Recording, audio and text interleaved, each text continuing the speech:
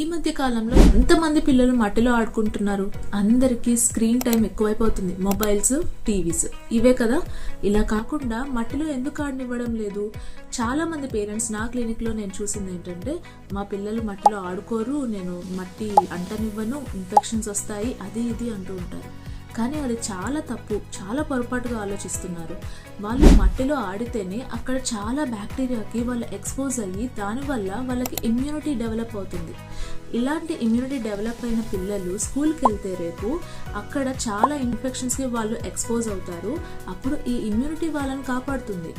అలా కాకుండా మీరు మట్టిలో ఆడనివ్వకుండా ఉంటే వాళ్ళకి ఇమ్యూనిటీ ఎక్కడి నుంచి వస్తుంది? తర్వాత వాళ్ళు ఎక్స్పోజ్ అయినప్పుడు బ్యాక్టీరియాకి చాలా ఇన్ఫెక్షన్స్ వెంటనే వస్తాయి. అలర్జీస్ కానీ, స్కిన్ ఇన్ఫెక్షన్స్ కానీ, ఆస్తమా కానీ వెంటనే అటాక్ అవుతూ ఉంటారు.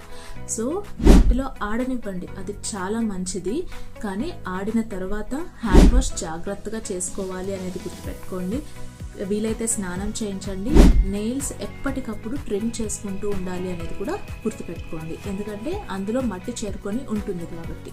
మరి ఈ వీడియో అందరికీ షేర్ చేయండి. ఇప్పటి నుంచి మా పిల్లల్ని నేను మట్టిలో ఆడనిస్తాను అనేవాళ్ళు ఎస్ అని కామెంట్ చేయండి. Thank you.